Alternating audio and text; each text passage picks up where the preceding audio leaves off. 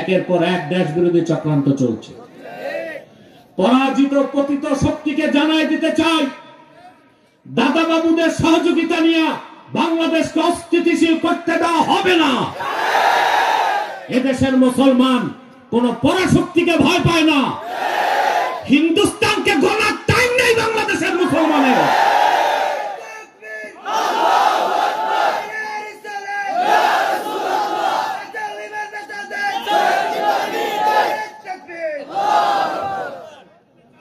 আমার ভাইরা,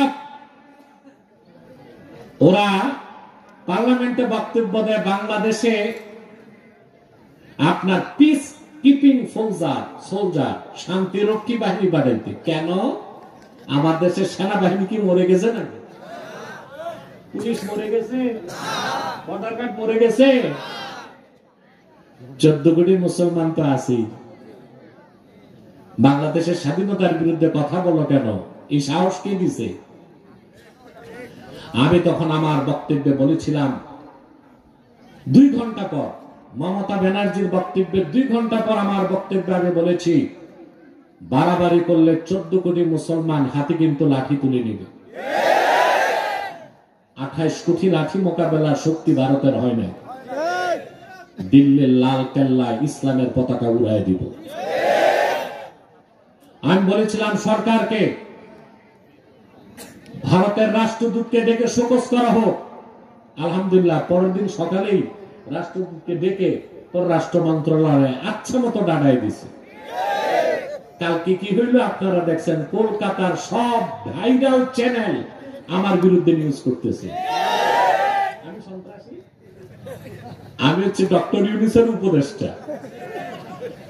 ওই আপনার কলকাতার সাংবাদিক গুলো মেয়াদ উত্তীর্ণ গাঁজা খাইয়া সংবাদ পরিবেশন করে। একটা আছে কি রিপাবলিক বাংলা, এই সাংবাদিক একটা পাক্কা হারামজাদা। এটা তো মনে হয় না যে সাংবাদিক। মানুষ যেভাবে সার্কাস করে, সে স্টুডিওতে একদিক থেকে আরেক দিকে ওইভাবে দৌড়ায়,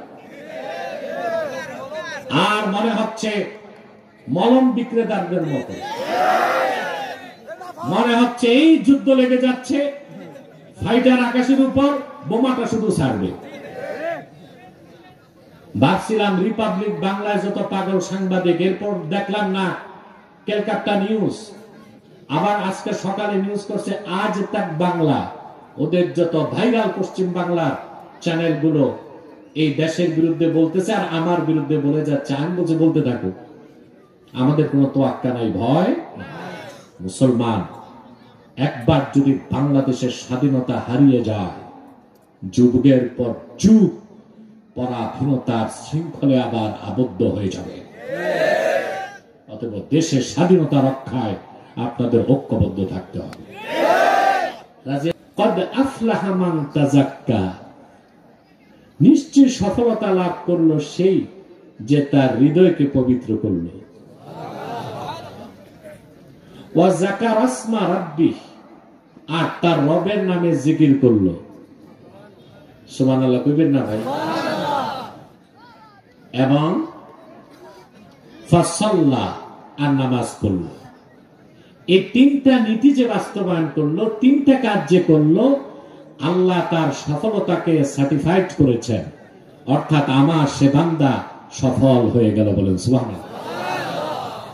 আপনারা সফলতা চান? সবাই? কৃষক ব্যবসায় সফলতা চায়, ফলন বেশি ফললে কৃষক মনে করে বাম্পার ফলন, সফল কৃষিজীবী। ব্যবসায়ী তার ব্যবসায় সফলতা চায়। অনেকে তো ব্যবসায় আবার সিন্ডিকেট করে আঙ্গুল ফুলে কলা গাছ। যেভাবে হোক বৈধ পথে অবৈধ পথে মানুষ ব্যবসায় সফলতা চায়। রাজনীতিবিদ রাজনীতিতে সফলতা চায়, চায় না? প্রতিটি মানুষ তার জীবনে সফলতা চায়। মানুষ তো সর্বশ্রেষ্ঠ সৃষ্টি, এমনকি ইতর প্রাণী যেগুলো আছে এগুলো সফলতা চায়, চায় না? একটা মৌমাছি কত ক্ষুদ্র প্রাণী, লক্ষ্য করে দেখুন, মৌমাছি আল্লাহর হুকুমে বাহারি ফুল থেকে মধু সঞ্চয় করে মৌচাকের মধ্যে মানুষের জন্য উত্তম খাদ্য মধু সঞ্চয় করে দেয়, এই কাজে সে সফল হয়। দুনিয়ার সমস্ত রসায়নবিদকে এক জায়গায় এনে দিল, ফ্যাক্টরিতে এক ফোঁটা মধু বানাতে তো পারবে না। মৌমাছি তার কাজে সফল। বাবুই পাখি তাল গাছে ঘর বানায়, দেখছেন? আপনাদের দেশে বাবুই পাখি নাই? তাল গাছও কমছে, বাবুই পাখিও কমছে। কতটা সুনিপুণ দক্ষতায়, কতটা শৈল্পিক ছান্দসিকতায় বাবুই পাখি ঘরটা বানায়, দেখছেন? ঝড় তুফানে মানুষের ঘরে চাল উড়ে যায়, বাবুই পাখির ঘর ফ্লেক্সিবল, কিচ্ছু হয় না। সুবহানাল্লাহ। সফল কিনা বাবুই পাখি? ও কোন বিশ্ববিদ্যালয়ে পড়ছে? বাংলাদেশে যত প্রকৌশল বিশ্ববিদ্যালয় আছে, বুয়েট, চুয়েট, রুয়েট, ডুয়েট, আর কি আছে, কুয়েট, সুয়েট, সব প্রকৌশল বিশ্ববিদ্যালয়ের ইঞ্জিনিয়ার গুলোকে এক জায়গায় আনলেও বাবুই পাখির ঘরের মতো একটা ঘর বানায় দিতে পারবে? পাখি তার কাছে সফল। একটা বিড়াল গাছে উঠতে চায়, পারে না।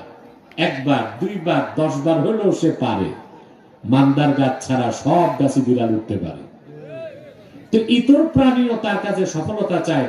মানুষ তো সহজাত প্রবৃত্তি, মানুষের যে সে সফল হতে চায়, সৎ পথে হোক আর অসৎ পথে হোক।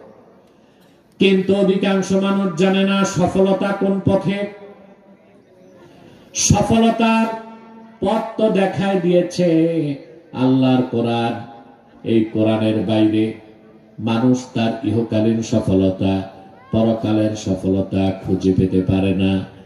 সেই জন্য আল্লাহ তাআলা সফলতার কথা বলতে যেয়ে বলেন, কদ আফলাহা মান তাযাক্কা, যে ব্যক্তি তার হৃদয়কে পবিত্র করলো, ওয়া যাকারা ইসমা রাব্বিহ, তার রবের নামে জিকির করলো, ফাসাল্লা, 5 ওয়াক্ত নামাজ পড়লো, আমার আল্লাহ ঘোষণা করেছেন আমার সে বান্দাটা সফল হয়ে গেল। বুঝতেছেন? এবার আসেন, কদ আফলাহা মান তাযাক্কা, হৃদয় পবিত্র করার অর্থ কি তা তো বুঝতে হবে। কথা বলে না। দাঁত পরিষ্কার করেন কি দিয়ে? মেসওয়াক, ঠিক না? কাপড় পরিষ্কার করেন সাবান দিয়ে, চুল পরিষ্কার করেন শ্যাম্পু দিয়ে, দেহ পরিষ্কার করেন সাবান দিয়ে। আপনার হৃদয় কিভাবে পবিত্র করবেন প্রশ্ন আসে, তা তো জানতে হবে। আল্লাহ তাআলা শর্তই দিয়েছেন, সফলতার মূল শর্ত হৃদয়কে পবিত্র করতে হবে। এখন হৃদয় পবিত্র করার অর্থ কি তা আমরা জানবো। জানবো? জোরে বলেন। আপনাদের কোনো কষ্ট নাই তো আমার উপর? আমি কিন্তু অনেক আগে চলে এসেছি। আমি দিনের মাহফিলে দুপুর 2টায় যাই, আপনাদের এখানে এসে আমি 1:30টায় মাইক ধরেছি। কেন? এরপর নামার পরে আবার কোনো বিশ্রাম, খাওয়া দাওয়া সব বাদ। ওগুলো করতে গেলে আমার 1 ঘন্টা চলে যায়, এতে আপনারা ঠকে যাবেন।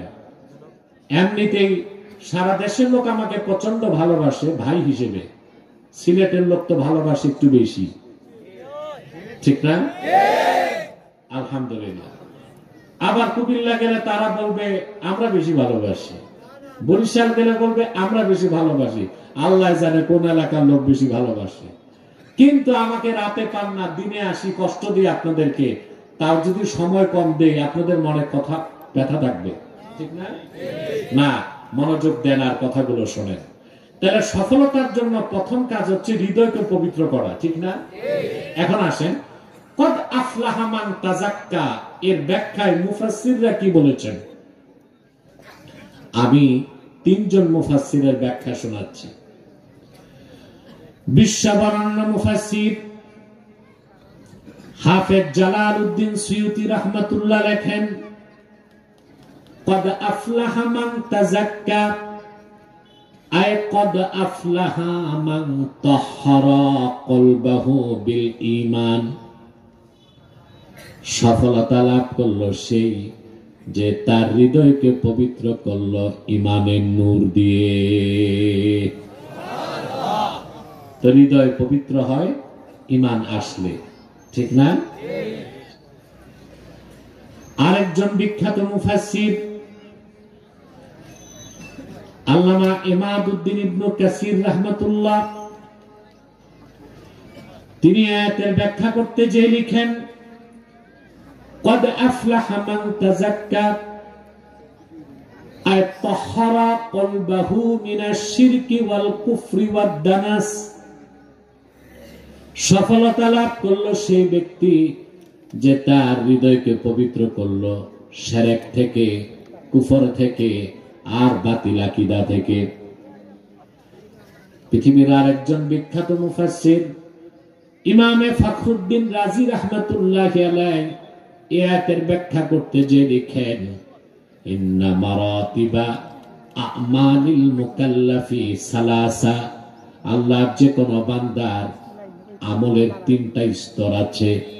তার প্রথমটা হচ্ছে ইজালাতু আকাইদিল ফাসিদাতি মিনাল কলব, অন্তর থেকে বাতিল আকীদা ধুয়ে মুছে সাফ করে নিবে।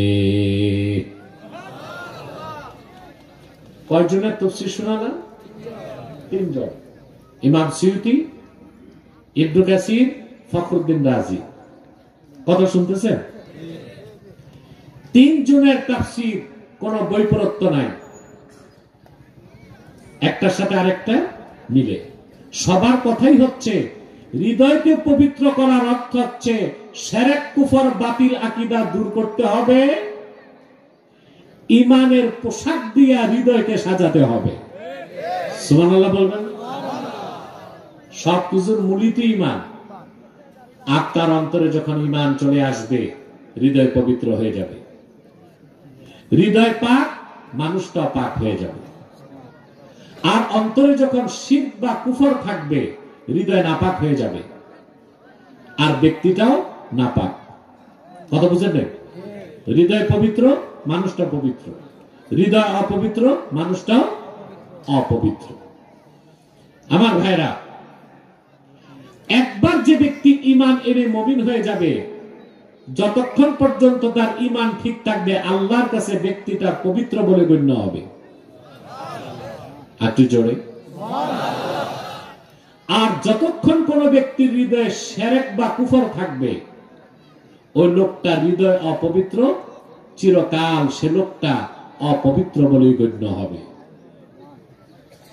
আরেকটা কথা বলি, মুসলমান কখনো নাপাক হয় না।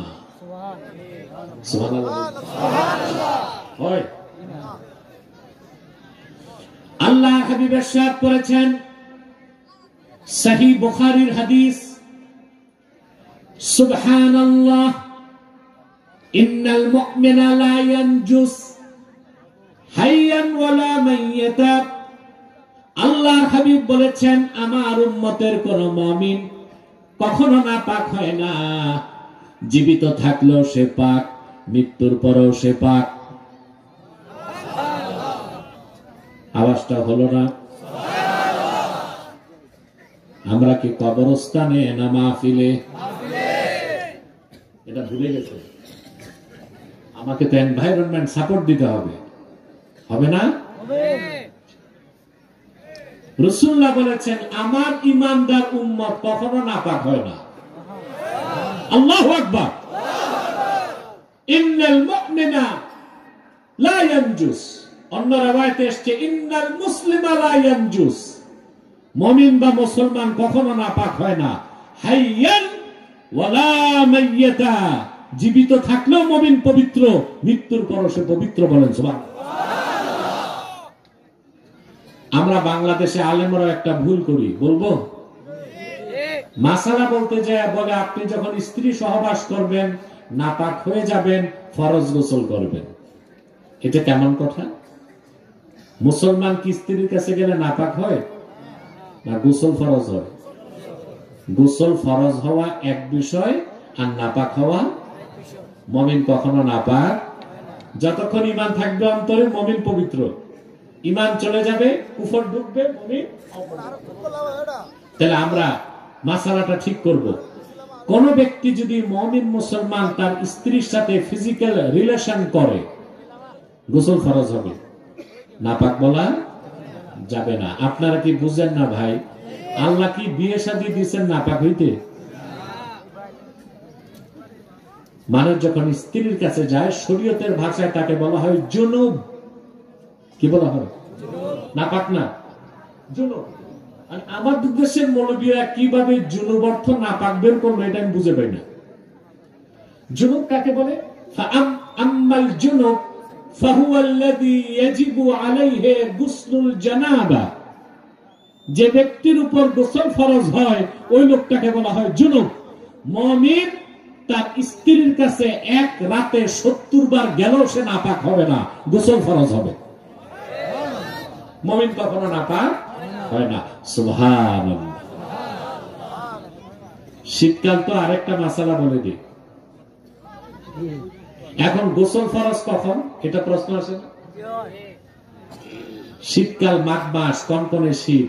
আপনি স্ত্রীর কাছে যাওয়ার পর ওই রাত 1টা বাজে উঠে ঠান্ডা পানি দিয়ে গোসল করার দরকার নেই। গোসল ফরজ হবে ইদা দাখালা ওয়াক্তুল ফাজরে, ফজরের টাইম এন্ট্রি করলে গোসল ফরজ। এর আগে ফরজ? কথা বলেন।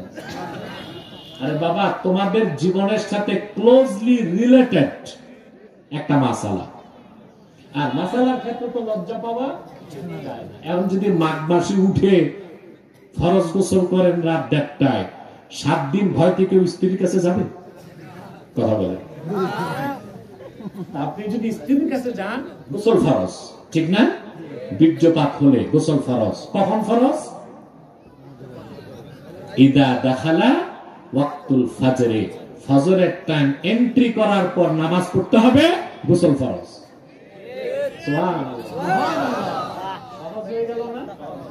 খুবই সহজ না? তবে আদাব হচ্ছে পারলে সাথে সাথে গোসল করে নেওয়া। আমার ভাইয়েরা, মুমিন কখনো নাপাক হয় না। ঈমান আনার মাধ্যমে হৃদয় যখন পবিত্র হয়ে যায়, ব্যক্তিটা পবিত্র হয়ে যায়। আর যখন ঈমান থাকে না, অন্তরে শিরক থাকে, কুফর থাকে, হৃদয়টা নাপাক থাকে, ব্যক্তিটাও নাপাক থাকে। মানুষের বডি, এটা যদি হয় human body as like a state, heart is the capital of this state. মানুষের দেহটা যদি একটা রাষ্ট্রের সাথে তুলনা করি, তো মানুষের অন্তরটা হচ্ছে সেই রাষ্ট্রের রাজধানীর মতো। কিসের মতো? রাজধানীর মতো। রাজধানী ঠিক থাকবে, দেশ ঠিক থাকবে। রাজধানী বেদখল, দেশও। 16 বছর আপনারা বিজয় লাভ করতে পারেন নাই, কারণ রাজধানী দখল করতে পারেন নাই। আর যখন রাজধানী দখল করছেন, অত্যাচারীরা এক কাপড়ে বিনা মেকআপে দেশ ছেড়ে পালাইছে। পালাইছে না? আরে আগে বলছি সেফ এক্সিট নাও। সেফ এক্সিট কোর্ট থেকে নিবে। কেউ পালাইছে স্বামীর বাড়ি, কেউ শ্বশুর বাড়ি, কেউ দাদার বাড়ি, কেউ গেছে আটলান্টিক পাড়ি দিয়া বাপের বাড়ি। এখনো চক্রান্ত বন্ধ নাই। একের পর এক দেশ বিরোধী চক্রান্ত চলছে। পরাজিত পতিত শক্তিকে জানাই দিতে চাই, দাদা বাবুদের সহযোগিতা নিয়ে বাংলাদেশকে অস্থিতিশীল করতে দেওয়া হবে না। এদেশের মুসলমান কোন পরাশক্তিকে ভয় পায় না। হিন্দুস্তানকে গলার টাইম নেই বাংলাদেশের মুসলমানের।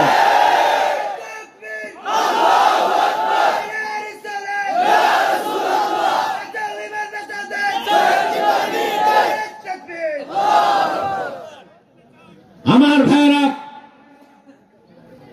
ওরা পার্লামেন্টে বক্তব্য দেয় বাংলাদেশে আপনার পিস কিপিং সোলজার, শান্তিরক্ষী বাহিনী বাড়াইতে। কেন? আমার দেশের সেনাবাহিনী কি মরে গেছে না? পুলিশ মরে গেছে? বর্ডার গার্ড মরে গেছে? 14 কোটি মুসলমান তো আছেই। বাংলাদেশের স্বাধীনতার বিরুদ্ধে কথা বলো কেন? এই সাহস কে দিছে? আমি তখন আমার বক্তব্যে বলেছিলাম, 2 ঘন্টা পর মমতা ব্যানার্জির বক্তব্যের 2 ঘন্টা পর আমার বক্তব্যে আমি বলেছি, বাড়াবাড়ি করলে 14 কোটি মুসলমান হাতে কিন্তু লাঠি তুলে নিবে। 28 কোটি লাঠি মোকাবেলার শক্তি ভারতের হয় না। দিল্লির লাল কেল্লায় ইসলামের পতাকা উড়াই দিব। আমি বলেছিলাম সরকারকে, ভারতের রাষ্ট্রদূতকে ডেকে শোকজ করা হোক। আলহামদুলিল্লাহ পরের দিন সকালেই রাষ্ট্রদূতকে ডেকে পররাষ্ট্র মন্ত্রণালয়ে আচ্ছা মতো ডাকাই দিছে।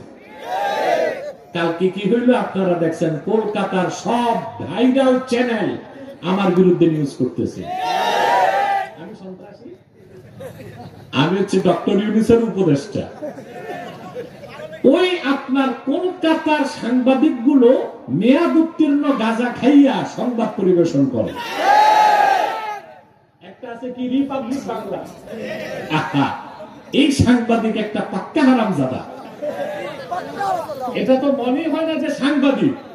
মানুষ যেভাবে সার্কাস করে, সে স্টুডিওতে একদিক থেকে আরেক দিকে ওইভাবে দৌড়ায়, আর মনে হচ্ছে মলম বিক্রেতাদের মতো। মনে হচ্ছে এই যুদ্ধ লেগে যাচ্ছে, ফাইটার আকাশের উপর, বোমাটা শুধু ছাড়বে।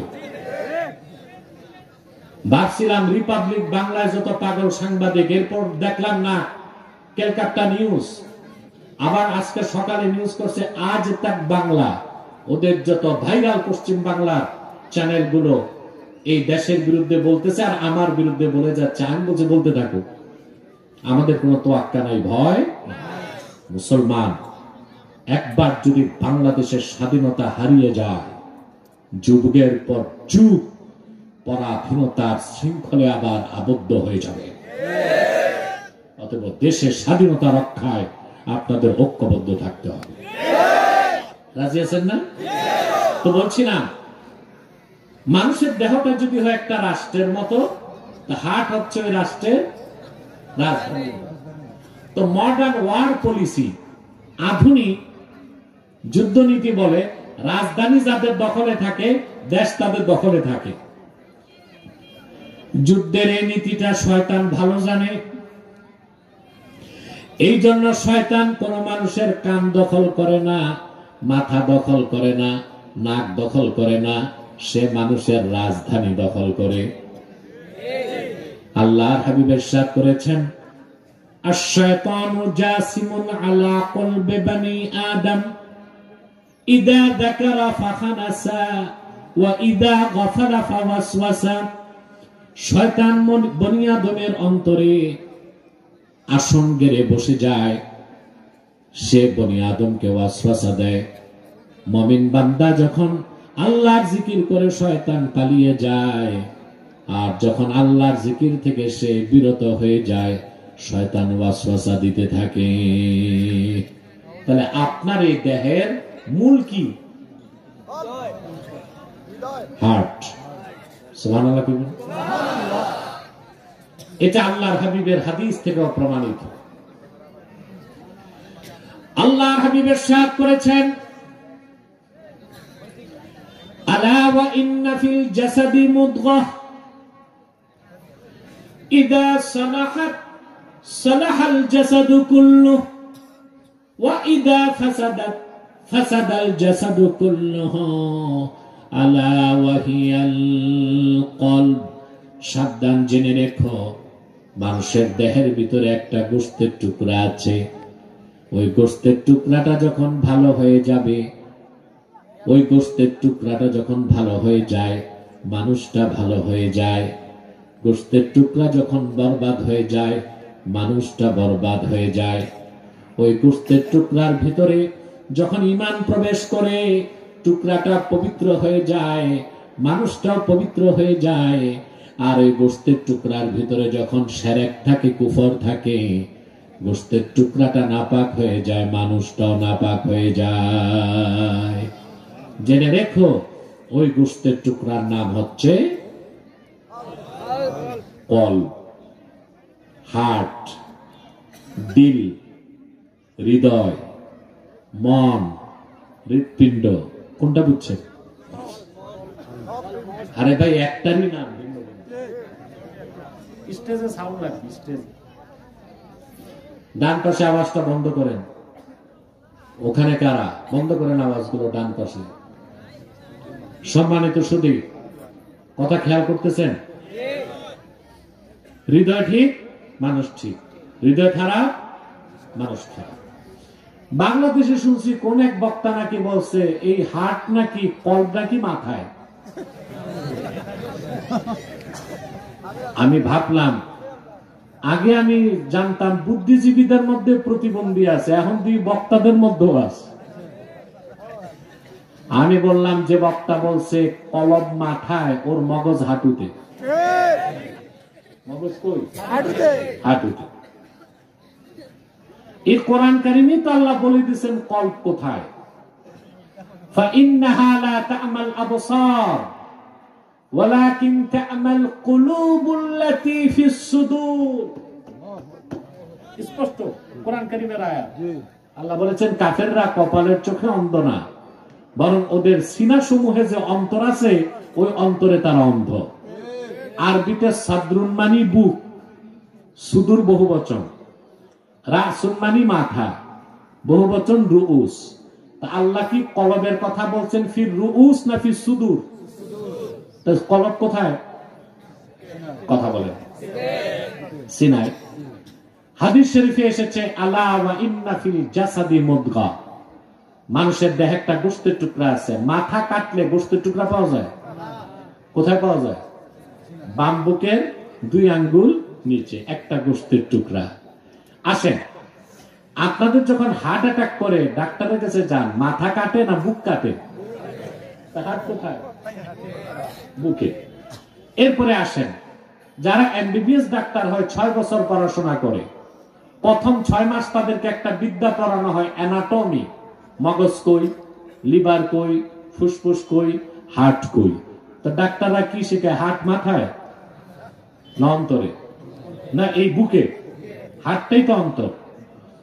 তাহলে আমরা কতটা জাহেল ও মূর্খ হলে বলতে পারি যে মানুষের কলব হচ্ছে মাথায়। এ তো পাগলের প্রলাপ ছাড়া আর কিছুই।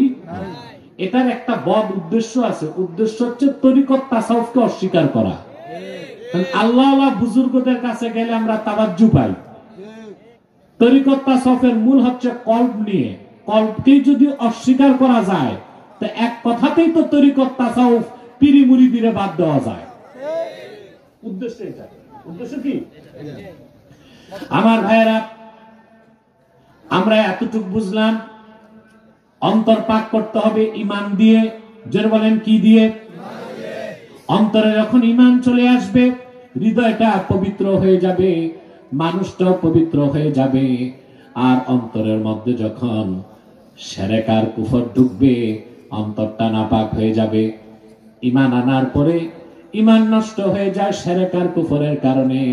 আমরা অসংখ্য মুসলমান না জেনে কুফর করি, শিরক করি, আর আমাদের ঈমানকে নষ্ট করে ফেলি। ঠিক না?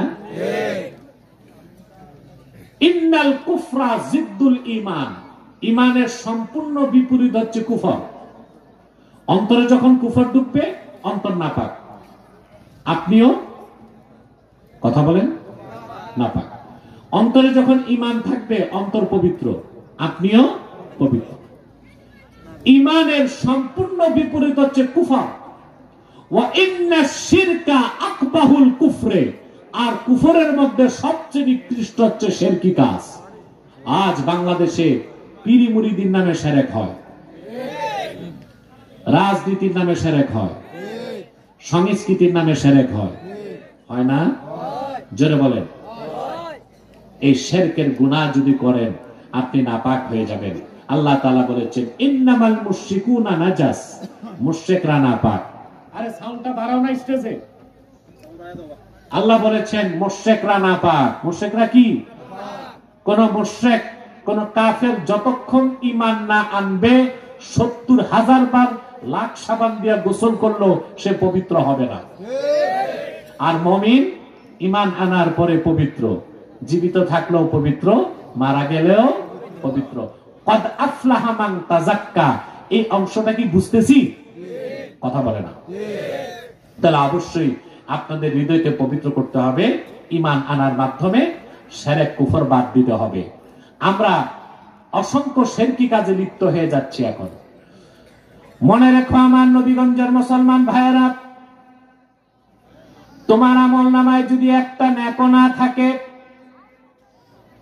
কিন্তু তোমার মৃত্যু যদি হয় পবিত্র হৃদয় নিয়ে, তার মানে তোমার আমল নামায় শিরক নাই, কুফর নাই, কোন নেক আমল নাই। হাসর হবে তোমার উম্মতে মুহাম্মাদি পরিচয়। আল্লাহ তাআলা ইচ্ছে করলে তোমাকে শাস্তি দিবেন, তারপরে জান্নাত দিবেন। আবার ইচ্ছে করলে উম্মতে মুহাম্মাদি হবার কারণে বিনা শাস্তিতেও জান্নাত দিয়ে দিতে পারে। ফাহুয়া ইলাল্লাহ, বুখারী শরীফের হাদিস, ফাহুয়া ইলাল্লাহ ইন শাআ আফা আনহু ওয়া ইন শাআ আকাবাহু। যদি কোন উম্মতে মুহাম্মাদি ইন্তেকাল করে এই অবস্থায় যে তার আমল নামায় শিরক নাই, কুফর নাই, তাহলে লোকটা মারা গেল পবিত্র হৃদয় নিয়ে, হাসর হবে মুমিন অবস্থায়। আল্লাহ ইচ্ছে করলে তাকে মুমিন হবার কারণে বিনা আযাবেও জান্নাত দিতে পারেন, আর আযাব যদি দেন, আযাবের পর হলেও অবশ্যই তারে জান্নাত দিবেন। পক্ষান্তরে কারো হৃদয় যদি অপবিত্র হয়, পাহাড় সমান নেক আমল আছে, কোটি টাকা দান খয়রাত করে, থোতায় কয়েকখান দাড়ি, মাথায় একখান টুপি, 2-4 রাকাত নামাজ আছে, রোজাও আছে, কিন্তু আমল নামায় যদি একটা শিরকের গুনাহ, কুফরের গুনাহ থাকে, তার কোনো আমল কবুল হবে না। তার হৃদয়টা অপবিত্র বলে গণ্য হবে। হাসর ময়দানে তার হাসর হবে কাফের হিসেবেই।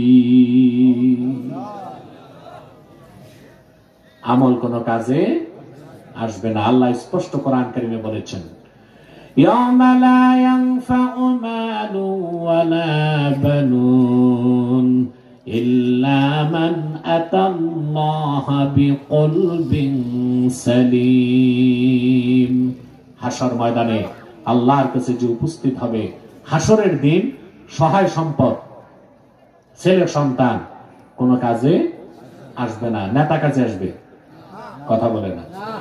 কর্মীরা, মন্ত্রী, এমপি, প্রেসিডেন্ট, ব্যবসা বাণিজ্য, আল্লাহ বলেছেন ইল্লা মান আতাল্লাহা বিকলবিন সালিম, তবে যে পবিত্র হৃদয় নিয়ে আল্লাহর কাছে উপস্থিত হবে তার কোনো চিন্তা নাই। আমরা হৃদয় পবিত্র করার কথা শিখতেছি, ঠিক না ভাই? মনোযোগ আছে?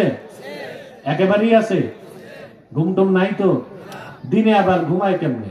এখন দুপুর কত, 2:20 হয়ে গেছে। আমি যে বসছি আলোচনায় 50 মিনিট চলে গেছে, আর 20 মিনিট বইতানি।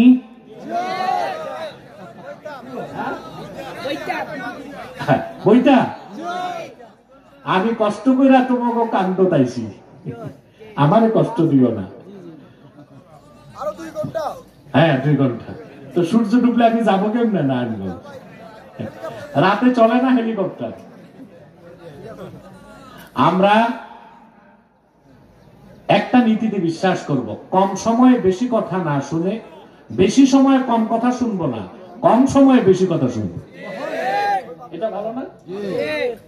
তাহলে ভাইরা, পবিত্র হৃদয় যদি আমরা ধারণ করতে পারি, আমরা সফলতা লাভ করব। আর এই হৃদয়কে অপবিত্র করে 2টা জিনিস, কুফর বা শিরক। কুফর বা শিরক করলে একটা আমলও কবুল হয় না, সব বরবাদ হয়ে যায়। আর আল্লাহ স্পষ্ট কোরআন কারিমে বলে দিয়েছেন, তিনি শিরকের গুনাহ কখনো মাফ করবেন না। করবেন? আল্লাহ রাব্বুল আলামিন ঘোষণা করেন, ইন্নাল্লাহা লা ইয়াগফিরু আন ইউশরাকা বিহি ওয়া ইয়াগফিরু মা দুনা যালিকা লিমান ইয়াশা।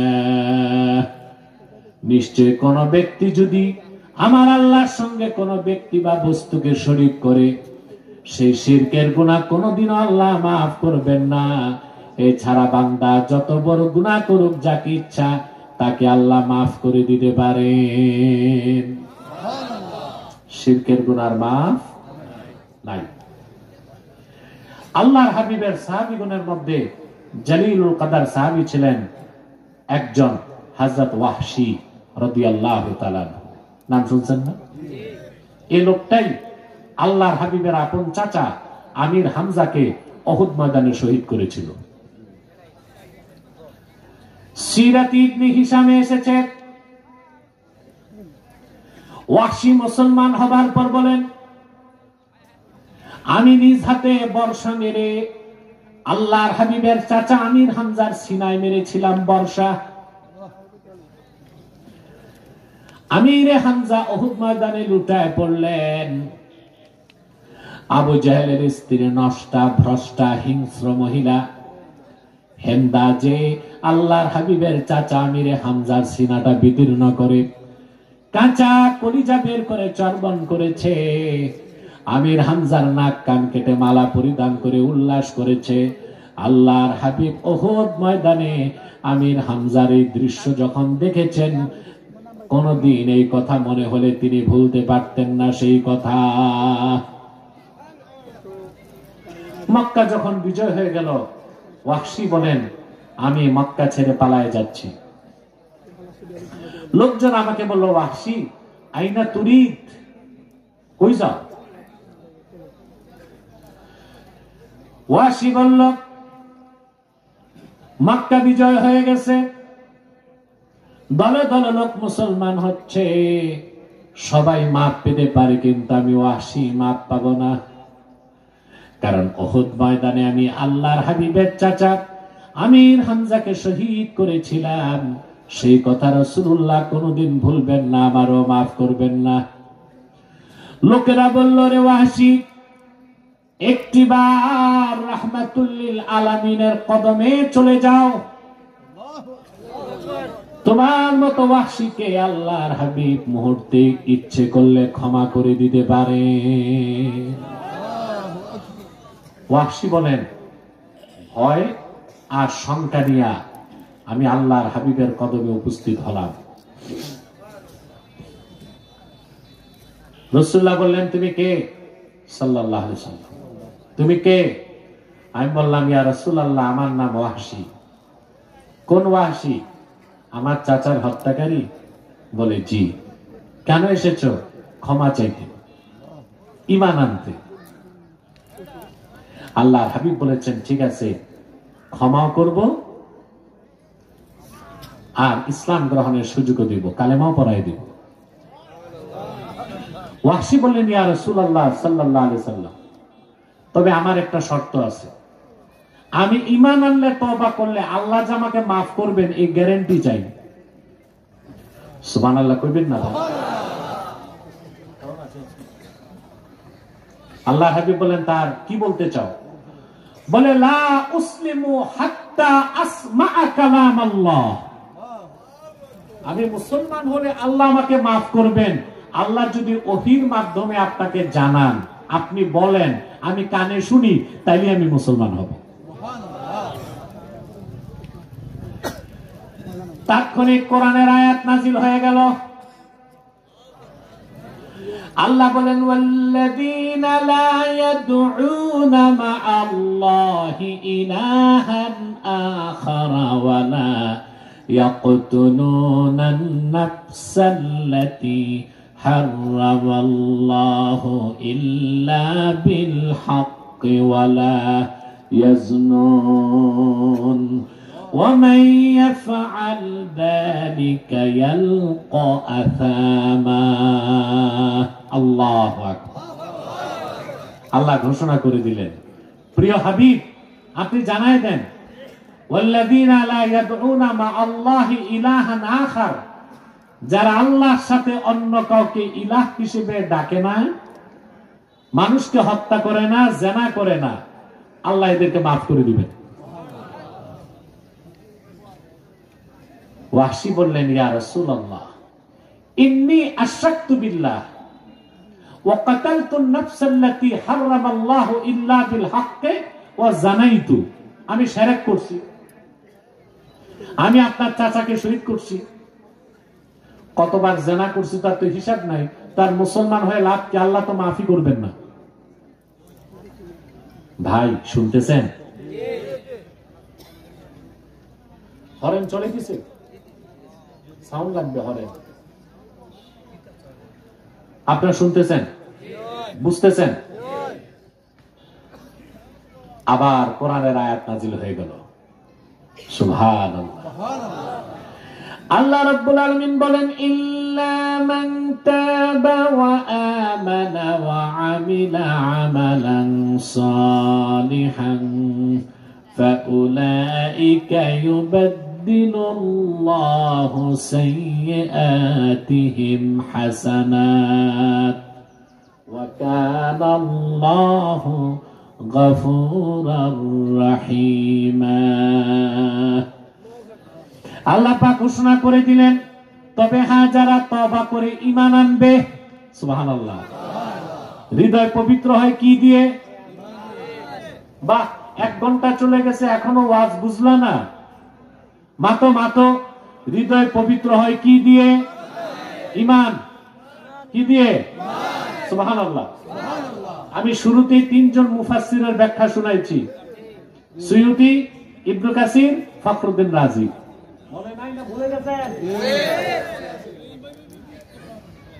ও বক্কা বক্কা বক্কা কইছে নাকি আপনাদের ভাষা? মোটামুটি ফুল হইছে না তো তোমরা শিখাইবা, তাইলে না শিখবো। আমি আঞ্চলিক ভাষা মাঝে মধ্যে বলি মানুষকে আনন্দ দিতে। আপনার কি কষ্ট পান? আবার আল্লাহ ঘোষণা করে দিলেন, তবে যারা, যে ব্যক্তি তওবা করে ঈমান আনবে, হৃদয়কে পবিত্র করবে, নেক আমল করবে, সুবহানাল্লাহ। আল্লাহ বলেন, তারা আগে যদি শিরক করে থাকে, কুফর করে থাকে, গুনার কাজ করে থাকে, ঈমান এনে তওবা করার সাথে সাথেই আল্লাহ তাদের জীবনের গুনাহ মাফ করে গুনাহগুলোকে নেক দিয়ে বদল করে দিবে।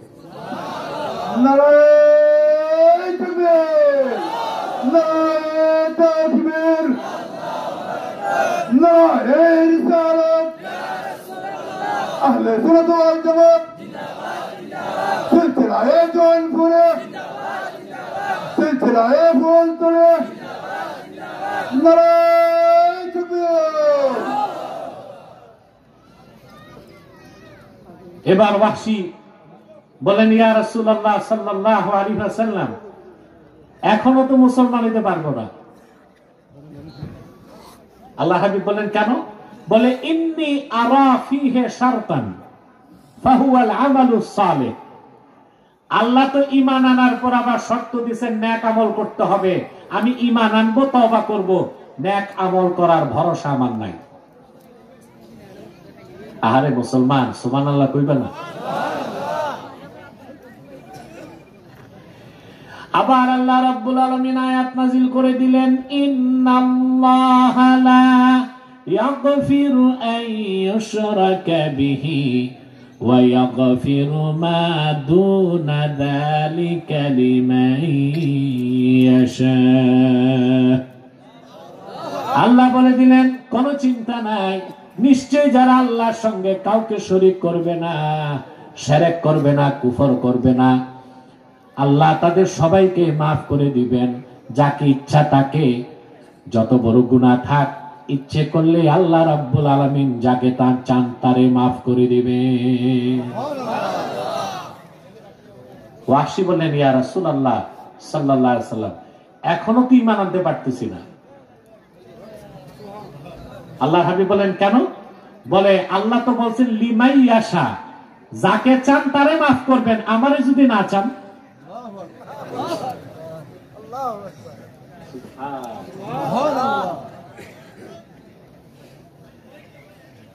এবার চলে আসলো চূড়ান্ত সিদ্ধান্ত। আল্লাহ ডেকে বললেন, হাবিব আমার বলে দেন, কুল ইয়া ইবাদিয়াল্লাযীনা আসরাফু আলা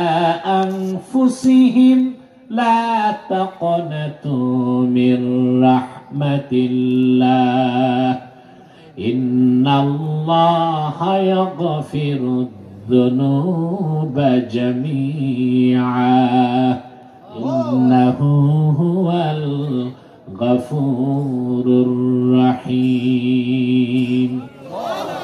হাবিব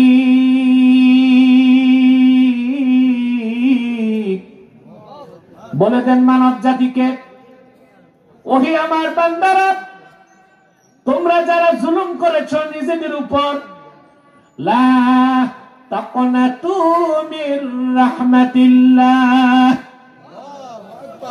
আল্লাহর রহমত থেকে নিরাশ হয়ো না।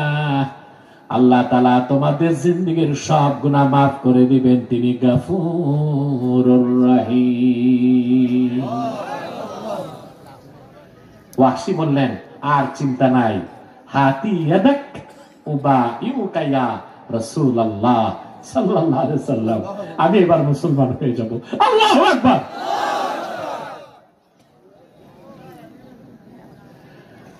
শুনে রাখো মুসলমান, আল্লাহর পক্ষ থেকে এই ওয়াফার, এই মহা সুযোগ শুধু ওয়াহশীর জন্য খাস ছিল না, ওয়াহশীর জন্য ছিল খাস, গোটা উম্মতে মুহাম্মাদের জন্য।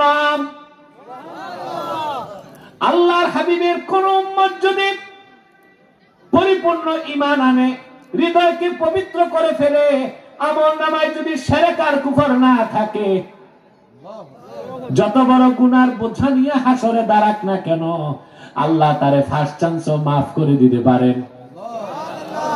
গুনার কারণে জাহান্নামে শাস্তি দিলেও অবশ্যই কোন একদিন আল্লাহ তারও জান্নাত দিবেন। তাহলে আমাদের মূল কাজ হচ্ছে হৃদয়কে পবিত্র করা। সুবহানাল্লাহ বলবেন না? তারপর যদি পরিপূর্ণ সফলতা চান, অর্থাৎ এক সেকেন্ডও জাহান্নামে যাইতে চান, আমরা প্রত্যেক মুমিন মুসলমান যদি আমলনামায় শিরক আর কুফর না থাকে, আমাদের প্রিন্সিপাল আইডেন্টিটি উম্মতে মুহাম্মাদি পরিচয় নিয়ে যদি মরতে পারি, হৃদয় পবিত্র থাকে, তাহলে কোনো একদিন আমরা জান্নাত পাবো, শাস্তি হলেও। এখন আমরা তো শাস্তিও চাই না, বিনা শাস্তিতে জান্নাত চাই, ওটাই তো পূর্ণ সফলতা। তাইলে ঈমানের পর আর দুইটা কাজ আল্লাহ দিয়েছেন, ফাযাকারা ইসমা রাব্বিহি ফাসাল্লা, রবের নামে জিকির করলো, নামাজ পড়লো। ইমাম রাজি যে তাফসীরটা করছেন, পুরাটা তো বলি নাই, বলে দিব। ইমাম রাজি বলেছেন ইন্না মারাআইন, এই দুইটা, এরা কি আউলিয়া কেরাম, এদের মুনাজাত লাগে না? না না না, দুই তিনটা চারটা তো যাবেই, কিন্তু এখন মুনাজাতের কিছুক্ষণ পরে এদের কোনো সমস্যা থাকতে পারে, হতে পারে কোনো ব্যস্ততা বা ক্ষুধা লাগছে, না খেয়ে বসে আছে না? কথা বলে, আমরা তো না খেয়ে বসছি। মুমিন যত না খেয়ে থাকে, তার স্পিরিচুয়াল পাওয়ার তত বাড়তে থাকে। আমার ভাইরা মনোযোগ, একটা মানুষও মাথাটা নাড়ার চেষ্টা করবেন না। ইমাম রাজি লিখেছেন, ইন্না মারাতিবা আমালিল মুকাল্লাফি সালাসা, ব্যক্তির আমলের স্তর কয়টা? তার প্রথমটা হচ্ছে ইজালাতু আকাইদিল ফাসিদাতি মিনাল কলবে, বান্দার প্রথম কাজ ঈমান এনে শিরক কুফর বাতিল আকীদা অন্তর থেকে বের করে দিতে হবে। অনেকের নামাজ রোজা ঠিক থাকে কিন্তু আকীদা খারাপ, কথা বলে আছে না? খুব তাহাজ্জুদ নামাজ পড়ে, পড়তে পড়তে কপালে কালো বাটকারার মতো দাগ ফেলে দিয়েছে, আকীদা বরবাদ, খারাপ, তার কোন আমল আল্লাহর কাছে কবুল। দুই নাম্বার কাজ হচ্ছে ওয়া ইস্তিহবারু মা'রিফাতিল্লাহি আযজা ওয়া জাল্লা ফিল কলব, ঈমান আনার পর সর্বাবস্থায় আল্লাহর মারিফতের পরিচয় অন্তরে থাকতে হবে। এই যে আমরা হক্কানি পীরের কাছে যাই কেন? আল্লাহর মারিফত শিখতে। তিন নাম্বার ওয়াল মুদাওয়ামাতু ফি খিদমাতিল্লাহ, সর্বক্ষণ আল্লাহর গোলামিতে নিয়োজিত থাকতে হবে।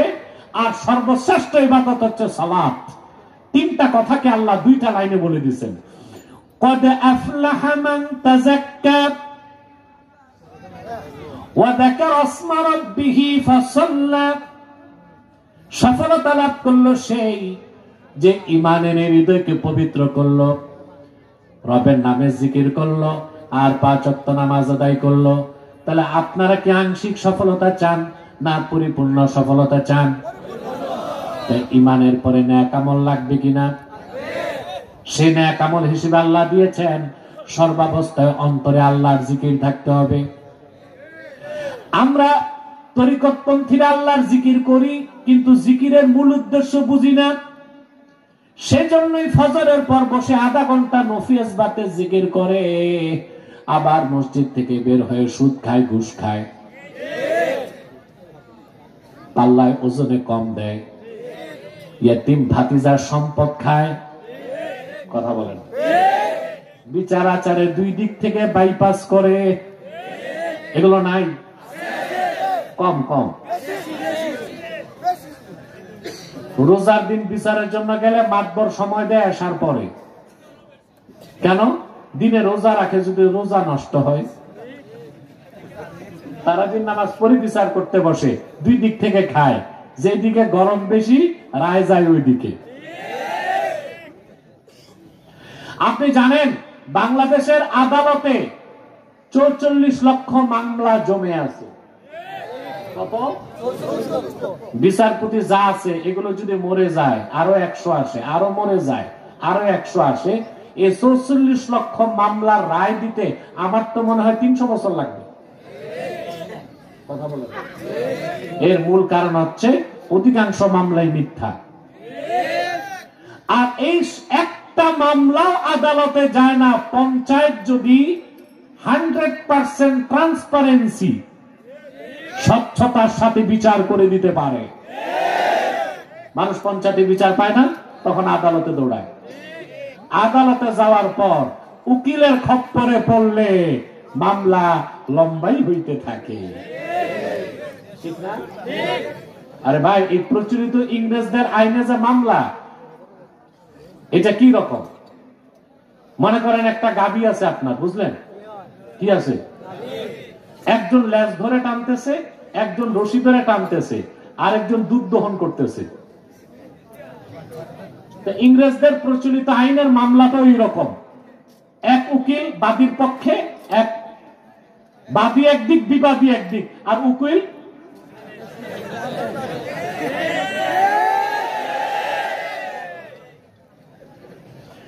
সেজন্য আমি উদাত্ত ভাবে বলছি, রাষ্ট্র সংস্কার করতে হলে সংবিধানও বদলাতে হবে, প্রচলিত আইনকে বাদ দিয়া শরিয়া আইনে দেশ চালাতে হবে।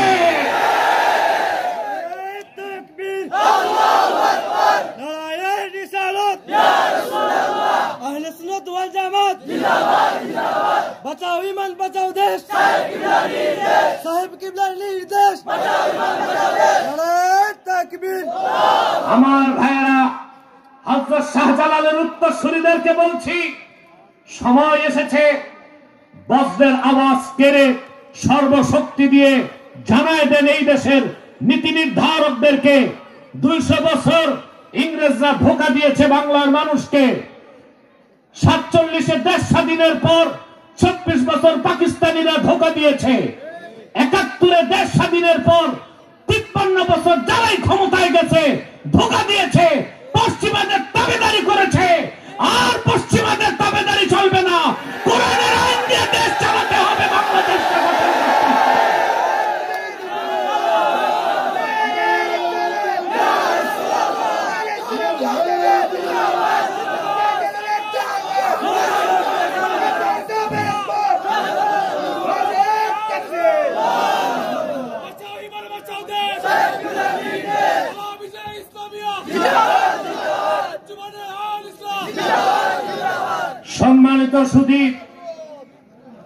সম্মানিত সুধী, অতএব পঞ্চায়েতে সুষ্ঠু বিচার না থাকার কারণে মামলাগুলো আদালতে যায়।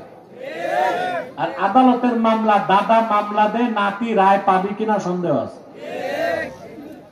তাহলে আপনি সকালে জিকির করবেন, সন্ধ্যায় জিকির করবেন, আর সারাদিন করবেন শয়তানের চামুন্ডাগিরি। আল্লাহকে এরকম জিকির চান? জিকিরের মানে কি? ইস্তিহদারু মারিফাতিল্লাহি আযজা ওয়া জাল। জিকিরের অর্থ হচ্ছে ঈমান আনার পরে মুমিন সর্বদাই তার অন্তরে আমার আল্লাহর পরিচয় ধারণ করবে, আমার আল্লাহর স্মরণ রাখবে। যখন সে দুনিয়াতে আল্লাহর স্মরণটা অন্তরে লালন করে চলবে, আল্লাহর ভয়তে সে ঘুষ খাবে না, সুদ খাবে না, পরের হক বাড়বে না, পাল্লায় ওজনে কম দিবে না, আরেকজনের ক্ষেতের সীমানাও ধাক্কাধাক্কি করবে না, চগলখড়ি করবে না, জেনা করবে না, মিথ্যা বলবে না, নামাজ তরক করবে না। শুধুমাত্র আল্লাহর ভয়টাই মানুষকে অপরাধ মুক্ত চরিত্রবান বানাই দিতে পারে। আগে দুর্নীতি ছিল, এখন দুর্নীতি নাই? কথা বলে না, কারণ সেটআপ চেঞ্জ করছেন, নীতি তো চেঞ্জ করেন নাই। শিক্ষা নীতি বদলাতে হবে। আপনারা যে শিক্ষা দিচ্ছেন, অফিসাররা এই শিক্ষায় শিক্ষিত হয়ে সুদ আর ঘুষ ছাড়তে পারে না। কারণ যে সেকুলার শিক্ষায় এই সচিব আমলা কামলা বানাইছেন, তাদের অন্তরে পরকালের কোনো বিশ্বাস নাই, আল্লাহর ভয় নাই। আমরা তো এটাই বলি, আমরা বলি না আলেমরা বিজ্ঞান প্রযুক্তি শিখানো যাবে না। সকল বিজ্ঞান প্রযুক্তির আবিষ্কারই তো মুসলমানরা করে দিছে, তাই আমরা বিজ্ঞান প্রযুক্তির বিপক্ষে যাব কেন? আমরা ওই রকম বিজ্ঞান শিখতে চাই না যে বিজ্ঞান নাস্তিক বানায়। আমরা ওই রকম প্রযুক্তি শিখতে চাই না যে প্রযুক্তি আমাদেরকে মানুষ্যত্ব থেকে পশুত্বের দিকে নিয়ে যাবে। ওই রকম আধুনিকতা চাই না যে আধুনিকতা আমাদেরকে রোবটের মতো যান্ত্রিক একটা জন্তু বানায় দিবে। আমরা মানুষ হতে চাই, চরিত্রবান হতে চাই, আর দ্বীনি শিক্ষার কোনো বিকল্প নাই। আমরা এটাই বলি, প্রাইমারি থেকে বিশ্ববিদ্যালয় পর্যন্ত বিজ্ঞান পড়াও, প্রযুক্তি পড়াও, ভূগোল, কেমিস্ট, জুলজি, বোটানি, কসমোলজি সব পড়াও, কিন্তু কোরআন হাদিসের শিক্ষাকে বাধ্যতামূলক করে দাও। যে লোকটা অফিসার হবে, একদিকে হবে সরকারি কর্মকর্তা, আরেকদিকে হবে বুজুর্গ, আল্লাহ বলা পরহেজগার।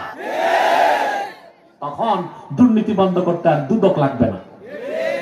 এখন তো অফিসার চিন্তা করে দুদক কমিশনার খোঁজ পায় কিনা, কিন্তু যার অন্তরে ঈমান আনার পরে আল্লাহর ভয় থাকবে, আল্লাহর স্মরণ থাকবে, সে জানে তার কাঁধে দুইজন কমিশনার আল্লাহর পক্ষ থেকে বসে আছে। নাম কি? কিরামান কাতিবিন। রাতের অন্ধকারে, দিবসের আলোতে, কিংবা 70টা কামরার ভিতরে যে আপনি যদি গুনার কাজ করেন, আপনার বাবা দেখবে না, মা দেখবে না, স্ত্রী দেখবে না, সরকার দেখবে না, সিআইডি দেখবে না, দুদক দেখবে না, ডিজিএফআই দেখবে না, কিন্তু কিরামান কাতিবিন অক্ষরে অক্ষরে সব লিখে আপনার ফাইল রেডি করে দিবে। জিকিরের অর্থ কি? ইস্তিহদারু মারিফাতিল্লাহি আযজা ওয়া জাল্লা ফিল কলবে। কলবে অপবিত্র হৃদয়ে আল্লাহর জিকির কখনো ঢুকে না। এই জন্য আগে হৃদয় পবিত্র করতে হবে। তার মানে সবকিছুর আগে ঈমান এনে হৃদয় পবিত্র করবেন। ওই হৃদয়ে কার স্মরণ থাকবে? 3 নাম্বার কাজ আল্লাহ দিলেন ফাসাল্লা। এটা হচ্ছে মুদাওয়ামাতু ফি খিদমাতিল্লাহ, আল্লাহর গোলামিতে নিয়োজিত থাকা। নামাজের চেয়ে শ্রেষ্ঠ কোনো ইবাদত নাই। এই 3টা কাজ করবেন। কথা বলে না, জোরে মাতো। আমি আজকে ওয়াদা নিতে চাই, আমার যুবক ভাইরা, তোমরা যারা নামাজ পড়ো না, আজ থেকে নামাজ পড়ার ওয়াদা করতে হবে। রাজি আছেন? হাত তুলে দেখান, বলেন ইয়া আল্লাহ, আমি ওয়াদা করছি আজ থেকে 5 ওয়াক্ত নামাজ জামাতের সাথে আদায় করব। যদি শয়তানের প্ররোচনায়, বলো, শয়তানের প্ররোচনায় নামাজ ছুটে যায়, তওবা করে কাজা হিসেবে নামাজ আদায় করব। হাত তামা। নামাজ ঠিক, সব ঠিক। সুবহানাল্লাহ। নামাজ ঠিক, সব ঠিক। এবার আসেন, আমি 2টা আয়াতের ব্যাখ্যা আপনাদেরকে শোনালাম। পুরা 1 ঘন্টা 15 মিনিট চলে গেছে, আর 15 মিনিট আমাকে টাইম দিতে হবে। তার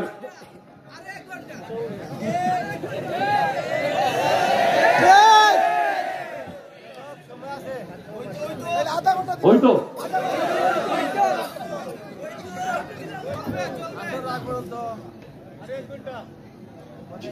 অবশ্যই কথা শুনতেছেন? তো কতক্ষণ হইতো এটা তো আমি বুঝি।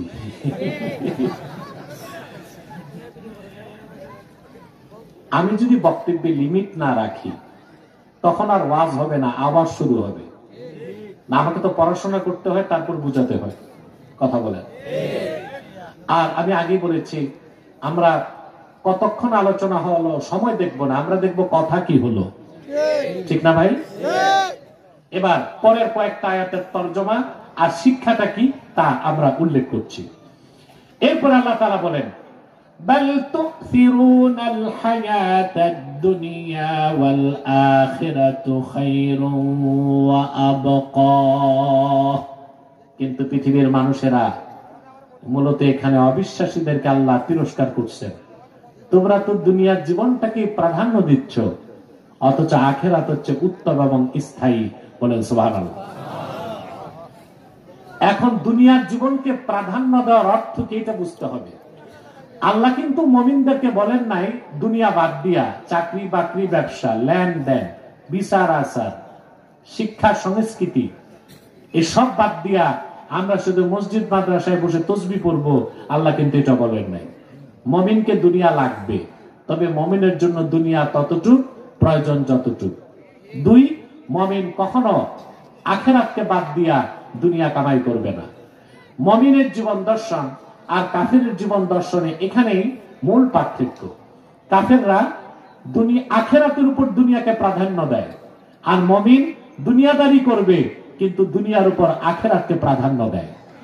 এজন্য অবিশ্বাসী কাফের মুশরিকদের সকল কাজ দুনিয়ামুখী, আর মুমিনের সকল কাজ আখিরাতমুখী। বলেন সুবহানাল্লাহ। এখানেই হচ্ছে বিলিভার আর অ্যাথিস্ট বা সেকুলারিস্টের মধ্যে পার্থক্য। মুমিন তার দুনিয়া লাগে, কিন্তু কখনো সে দুনিয়ার উপর আখিরাতের উপর দুনিয়াকে প্রাধান্য দিতে পারে না। ভাইরা আমার, আপনি দুনিয়া কিভাবে ছাড়বেন? দুনিয়ার বিষয়গুলো তো আল্লাহ তাআলাই চিত্তাকর্ষক করে দিয়েছেন আমাদের কাছে। ছাড়তে পারবেন দুনিয়া? কথা বলে না। আপনি চাইলেও কি দুনিয়া ছাড়তে পারবেন? দুনিয়াতে অসংখ্য উপকরণ আছে যা আল্লাহ আমাদের জন্য চিত্তাকর্ষক করে দিয়েছেন। যেমন আল্লাহ তাআলা বলেন, যুইনা লিন-নাসি হুব্বুশ শাহাওয়াতি মিনান নিসাই ওয়াল বানিনা ওয়াল কানাতিরিল মুকানতারাতি মিনাজ-যাহাবি ওয়াল ফিদ্দা والخيل المسومة والأنعام والحرث ذلك متاع الحياة الدنيا والله عنده حسن المآب। আল্লাহ বলেন, এই পৃথিবীতে মানুষের জন্য চিত্তাকর্ষক করে দেওয়া হয়েছে মহিলাদের প্রতি আকর্ষণ, সুবহানাল্লাহ, সন্তানদের প্রতি আকর্ষণ। আপনাদের যদি বউ না থাকতো আর বাচ্চা কাচ্চা না থাকতো, চাকরি বাকরি করতেন? কথা বলেন। সংসার চাকরি বাকরি করেনি তো বউ আর সন্তানদের জন্য। একটা মানুষের পেট চালাইতে কি লাগে ভাই? কিচ্ছু লাগে না। এই যত দুনিয়াদারি এই স্ত্রীর জন্য, সন্তানদের জন্য। আল্লাহ বলেছেন এগুলো চিত্তাকর্ষক করে দেওয়া হয়েছে মানুষের জন্য। কারি কারি সোনা রূপা এগুলোর প্রতি মানুষের টান আছে। চিত্তাকর্ষক ঘোড়া, গৃহপালিত প্রাণী আর কৃষি, এই সব জিনিস আল্লাহ দুনিয়াতে দিয়েছেন, মানুষের জন্য ভালো লাগার ব্যবস্থা করে দিয়েছেন। এই জন্য মানুষ ব্যবসা করে, চাকরি করে। তা আমরা মুমিনরা মানুষ, আমাদেরকে এগুলো লাগবে না? কথা বলেন। বিয়ে শাদী, সন্তান লালন পালন, কামাই রোজগার, রাজনীতি, অর্থনীতি, সমাজনীতি, ব্যক্তিনীতি, সংসার নীতি, সংস্কৃতি, সব ক্ষেত্রে মুমিন শরীয়তের অনুসরণ করবে, তার জীবনটা হয়ে যাবে আখিরাতমুখী। আর কাফের মুশরিক বেঈমান আখিরাতকে বিশ্বাস করে না, তাদের সব কাজ হচ্ছে দুনিয়ামুখী। কাফেরদের ব্যাপারে আল্লাহ তাআলা বলেন, আল্লাযীনা ইস্তাহিব্বুনাল হায়াতাদ দুনিয়া আলাল আখিরাতি ওয়া ইয়াসুদ্দুনা আন সাবিলিল্লাহি ويبغونها عوجا أولئك في ضلال بعيد। যারা কাফের, যারা মুশরিক, যারা বেঈমান, তারা আখিরাতের উপর দুনিয়াকে প্রাধান্য দেয় আর মানুষকে আল্লাহর পথ থেকে সরায়। আল্লাহর পথকে, ইসলামকে বক্র করার চেষ্টা করে, যা কোনোদিন পারে নাই, পারবে না। আল্লাহ বলেন তারা সুস্পষ্ট গোমরাহিতে আছে। তাহলে আমাদের শিক্ষা হচ্ছে আমরা দুনিয়াদারি করব, চাকরি করব, ব্যবসা করব, কিন্তু শরীয়তকে অনুসরণ করব। আর চাকরি বাকরি, ব্যবসা, রাজনীতি করতে যে আখিরাতকে নষ্ট করব না। এই সবকটা পেলাম। আসেন এখন একটু রাজনীতির আলাপ। রাগ করলেন? আমি আপনাদের প্রচলিত রাজনীতিতে বিশ্বাসী না, আমি ইমাম হোসেনের খেলাফার রাজনীতিতে বিশ্বাসী। আমি এটাই চাই। তবে আমি চাই রাষ্ট্র ক্ষমতায় খেলাফত প্রতিষ্ঠিত হবার আগ পর্যন্ত আমার দেশে ইসলামের পক্ষে কথা বলার জন্য একটা শক্তিশালী দল, একটা গ্রুপ, ওলামায়ে কেরামের একটা বিরাট অংশ সংসদে থাক।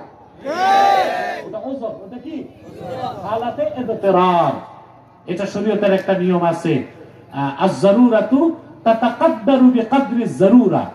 যেমন বিশেষ প্রয়োজনে হারামটাকেও শিথিল অবস্থায় গ্রহণ করা যায়, হারাম মনে করে হালাল মনে করা যাবে না। যেমন আপনি গেছেন ঘুরতে, কোথাও পথ হারায় ফেলছেন, 3 দিন খাবার নাই, মারা যাবেন খাবারের অভাবে, দেখলেন একটা মরা গরু পড়ে আছে। মরা গরু খাওয়া কি? কিন্তু এই মুহূর্তে জীবন বাঁচাতে যতটুকু দরকার ততটুকু আপনি খাইতে পারবেন। আপনি যদি মনে করেন যেহেতু খাওয়ার অনুমতি আছে, জীবন বাঁচাইতে কিছু বাড়ির জন্য নিয়ে যাই, ওইটা চলবে না। আপনি জীবন বাঁচাতে যতটুকু দরকার ততটুকু খেতে পারেন, কিন্তু আপনি কি হালাল মনে করতে পারবেন? হারামি মনে করতে হবে। ঠিক আমরা গণতন্ত্রকে আদর্শ হিসেবে বিশ্বাস করি না, খেলাফাকে রাজনৈতিক আদর্শ হিসেবে বিশ্বাস করি। তবে আপৎকালীন মুহূর্তে খেলাফা প্রতিষ্ঠার আগ পর্যন্ত সংসদ তো খালি রাখা যাবে না। এজন্য আমরা চাই ওলামায়ে কেরামের একটা বিরাট অংশ সংসদে যাক এবং তারা ইসলামের পক্ষে কিছু করতে না পারলেও ইসলামের বিপক্ষের আইনগুলোকে যেন বাধা দিতে পারে। বুঝতে পারছি?